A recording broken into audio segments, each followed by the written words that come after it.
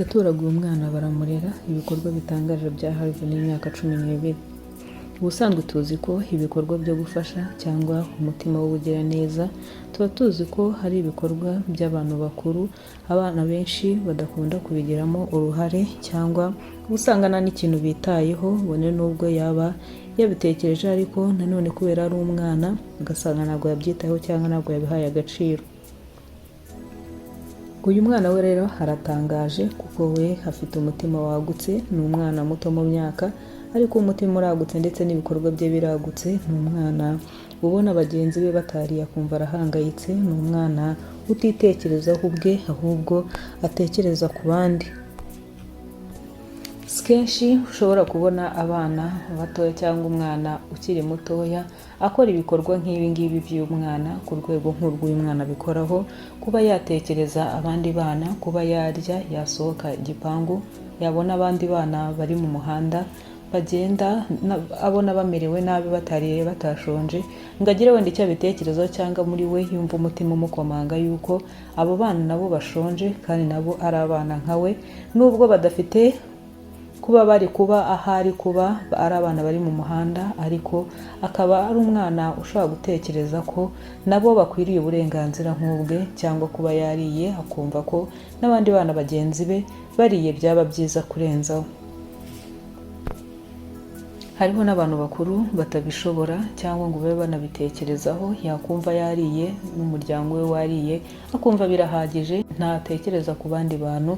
Ariko uyu mwana wese kameze yabujije amahoro ababyeyi be, yumva ko niba umuryango we wariye cyangwa we amerewe neza, ariko hari abandi bana bakwiriye kuba nabo bamererwa neza, kandi akaba yabigiramo uruhare. Umuntu arivukira, kandi burya umuntu muri we umutimanama cyangwa imico umwana arayivukana, cyangwa umutima arawuvukana iyo ari uzagira nabi, cyangwa ari umwana iyo ari umwana uzagira umutima mwiza, ubibona hakiri kare. Uyu mwana rero nawe aratangaje. Amateka y'umwana agiye kubabwira, ufite umutima utangaje cyangwa ufite ibikorwa bitangaje by'ubugiraneza no gufasha abana bagenzi be, kandi si abana bagenzi be gusa, ndetse n'abantu bakuru, imiryango itamerewe neza. Ntabwo ajya yibona ngo yumve atuje cyangwa aryame abone ibitotsi, ahubwo abuzwa amahoro nuko ari kubona hari abantu babayeho nabi, akumva kandi muri we hari icyo yakora, ndetse Imana yanamufasha agira icyo abona, akagira icyo yakora kuri icyo kibazo. Niba nta munsi urakubaho, cyangwa niba mu buzima bwawe utararyama cyangwa ngo umare kurya, nusohoka mu nzu ubone hari umuntu ubabaye, ushonje, umerewe nabi, ngo wumve nta kintu bikubwiye, wikomange ku gatuza uvuge ngo nanjye nkwiye kugira ibyo mpindura. Uyu mwana mutoya ukora ibirenze bingana gutya, nanjye nkwiriye kugira icyo nkora. Uyu mwana akwiye kuba urugero ku bantu benshi, yaba abakuru cyangwa abatoya, kuko ni umwana utikunda ubwe, cyangwa ngo yumve we niba ibyo akeneye yabibonye ngo yumve abandi nta kintu bibabwiye. Nyamara buri wese abikoze gutyo, hakabona hari ubabaye kandi hari icyo yabikoraho, agize icyo abikoraho, isi yamera neza kandi wakumva unatuje muri wowe.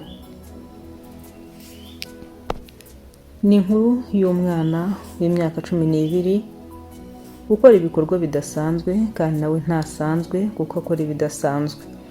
Rero mbere y'uko dutangira inkuru cyangwa amateka y'uyu mwana Harvey, mbahaye ikaze muri iki kiganiro, kandi ntimwibagirwe gukora subscribe niba uri mushya ugeze kuri chaîne bwa mbere. Ntiwibagirwe gukora subscribe kuko hanyura inkuru nyinshi zitandukanye, cyane cyane twibanda ku myidagaduro. Mbahaye ikaze rero. Isheja Ndahiro Harvey ufite imyaka 12 akora ibikorwa bitangaje by'urukundo, kugeza aho yatoraguye umwana wabaga ku muhanda anafite ikibazo cy'uburwayi, amujyana iwabo baramurera, baramuvuza. Ubusanzwe biragoye kwiyumvisha ko umwana w'imyaka 12 yatekereza ndetse agakora ibintu nk'ibi, ariko Harvey we aratangaje.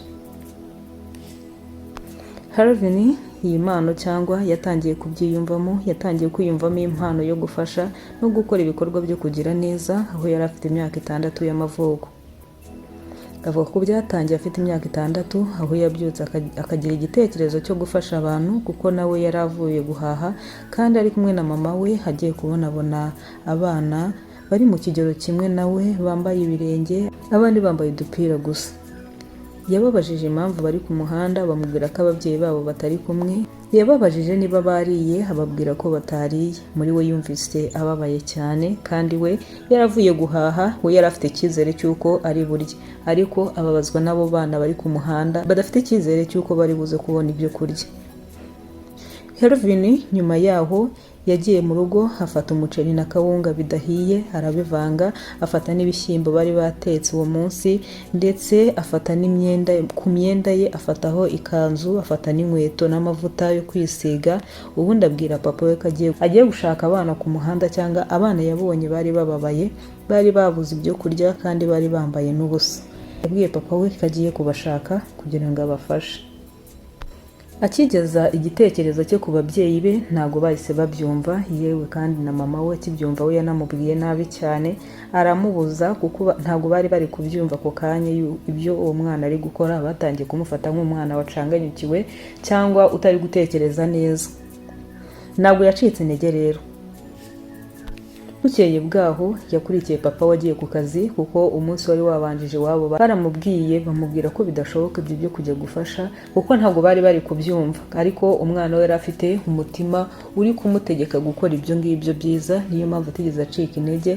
Rero ntabwo yatuje ngo abirekeye aho ngaho abonye iwabo batabyakiriye neza, ahubwo mu gitondo papa wagiye ku kazi yaramukurikiye, arabimubwira, arabimwumvisha yuko akwiriye kujya gushaka abo bana yabonye bashonje, bambaye ubusa, akagira icyo abafasha, ariko amusaba ko yabwira na mama we akabyumva ndetse bakanamufasha.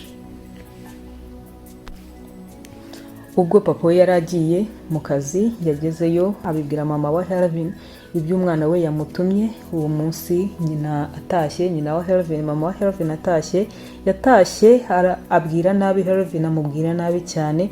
Uwo munsi Helvin nawe yaraye atariye, yababajwe n'amagambo mama wamubwiye, kandi muri we yumvaga hari ikiri kumuhata gutuma yakora ibyo bikorwa by'ubugira neza, ndetse akaba yumva ababajwe n'abo bana nabo batamerewe neza. Mama we rero bukeye bwaho yabonye ukuntu umwana we yababaye, bahitamo kumufasha, kumushyigikira muri ibyo bikorwa ashaka gukora. Nubwo wenda batari bari kubyumva neza bitangira, ariko banze kubabaza umwana wabo, baramushyigikira muri ibyo bikorwa byo gufasha. Bamubwiye ko icyumweru cyari gukurikiraho bazamuherekeza, bakamujyana akajya gufasha, bakemera no kumushyigikira ababyeyi be kugira ngo azajye gukora icyo gikorwa yiyemeje cyo gufasha abana yabonye bababaye kandi banashonje. Icyumweru rero kikigera, yibukije mama we ko bafite iyo gahunda yo kujya gufasha abo bana. Mama we ntabwo yazuyaje cyangwa yongere kubyanga, ahubwo baragiye maze baragenda bagura kawunga, umuceri, inkweto n'imyenda. Ubundi bagezeyo aho bari bagiye gufasha abo bana, barabanza barasenga, babiragiza Imana, icyo gikorwa bakiragiza Imana. Abo bana babaganirije ubuzima babayemo, bababwira ko baba hanze, maze ubundi barabafasha. Icyo nicyo gikorwa cya mbere Helvin yakoze, aho yumvise umutima we hari icyo umuhata kugira ngo agikore. Iki ni igikorwa yakoze ndetse cyanditse n'amateka, kikanamenyekana mu itangazamakuru. Umwana bakamumenya, babaye umwana ntabwo asanzwe, umwana utekereza gukora ibintu nk'ibi by'ubugira neza, ni umwana udasanzwe cyane. Aho Helvin yatoraguye umwana ku muhanda wari urwaye indwara y'uruhu. Isheja Ndahiro Helvin yavuze uko yahuye n'umwana ku muhanda akamutoragura, bahuriye ku muhanda, bahuriye mu modoka. Abandi bose avuga ko bari kubera ikibazo cy'uburwayi bw'uruhu yari afite, bari banze kumwegera. Yavuze ko yabonye uwo mwana bahuriye mu modoka, akabona abandi bose barimo baramuhunga bitewe n'uburwayi yari afite. Helvin yegereye uwo mwana uzwi nka Mugisha, amubaza impamvu ari muri iyo modoka wenyine. Undi yamusobanurira ibibazo byose afite, birimo uko yirukanywe iwabo ndetse akaba yaravukanye uburwayi bw'uruhu. Helvin wa mutima w'urukundo cyangwa wo kutirengagiza umuntu ufite ikibazo, Helvin yahise arangira Mugisha aho mama we acururiza amayinite, amubwira ko yajya kumureba. Helvin yasabye ababyeyi be ko bafata uwo mwana bakamurera. Byaje kurangira babyemeye, bamujyana mu rugo, bamushyira mu ishuri, batangira kumuvuza uburwayi bw'uruhu, none kugeza ubu harimo arakira. Isheja Ndahiro Helvin imbaraga zo kugira umutima ufasha cyane, avuga ko ari Imana izimuha. kandi koko ni Imana izimuha, kuko yavuze ko izo mbaraga ari Imana izimuha, kuko buri muntu wese agira ibyo akora. Rero iyo Imana itagushyigikiye ntabwo ibintu byawe bigenda neza. Ni umwana w'umuhanga cyane, ni umwana ukiri mutoya mu myaka, ariko afite ibitekerezo byagutse ndetse n'umutima wo gufasha kandi wagutse, kandi utabonwa na buri umwe.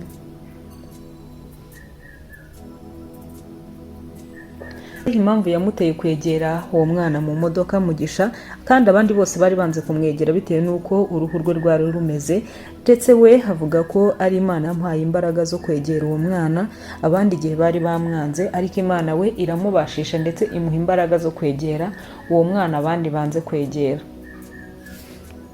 Ni umwana ufite inzozi zirenze kandi nziza, kandi azanabigeraho bitewe n'ukuntu afite umutima mwiza, kandi n'ibikorwa bye byatangiye kuvuga akiri umwana. Ni umwana ufite inzozi zo kuzaba umuganga, avuga ko we yazajya yita ku bana bababaye, kandi anifuza kuzubaka ikigo cy'amashuri agashyiramo abana bababaye. Ni umwana wumva we amerewe neza, ariko akumva adatuje cyane, akumva bidahagije kuba amerewe neza, ariko hari abana bagenzi be batamerewe neza, ntabwo wo muri we aba atuje. Rero ni muri urwo rwego afite n'inzozi zo kuzubaka amashuri agashyiramo abana bababaye, akumva yabafasha mu buryo bwose bushoboka.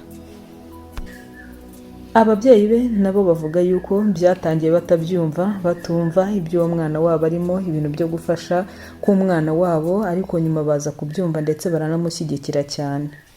Mama wa Hervin yavuze ko igikorwa cya mbere bakoze bahaye ibyo kurya umuryango wari ubabaye cyaje kurangira kigize umugisha, bitewe n'uko uyu muryango waje kubona abawubakira bivuye kuri Hervin.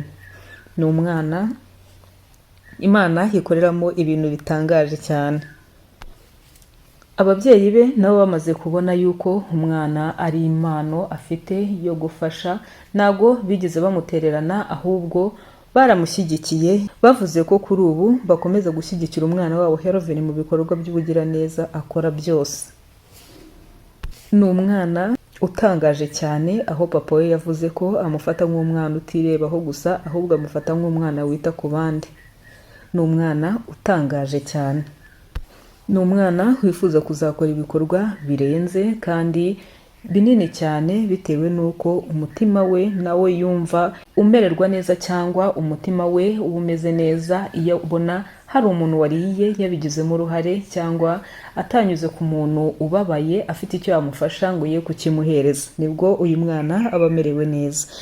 Ni umwana yumva azubaka ibigo by'amashuri, ibitaro, akajya afasha abantu, cyane cyane abana baba ku mihanda badafite ubafasha. Urumva ko ari umwana ufite icyerekezo cyiza kandi ufite intumbero nziza, kandi azabigeraho kuko arabikunda, kandi ni impano yifitemo ubwe, nta handi yayishyira. Reka iki kiganiro tugisoreza ahangaha cy'uyu mwana Hervin utangaje kandi ukora ibikorwa bitangaje. Reka nawe twandike muri komenti uko ikiganiro cyumvishe, kandi niba kikunejeje kugisangize n'abandi, ubundi dusangire iyi nkuru nziza y'umwana ukora ibikorwa bitangaje kandi ari umwana mutoya. Mwakoze mwebwe mwese twabanye, ntiwibagirwe gukora subscribe, ubundi tujye duhura no mu bindi biganiro. Reka dusubire.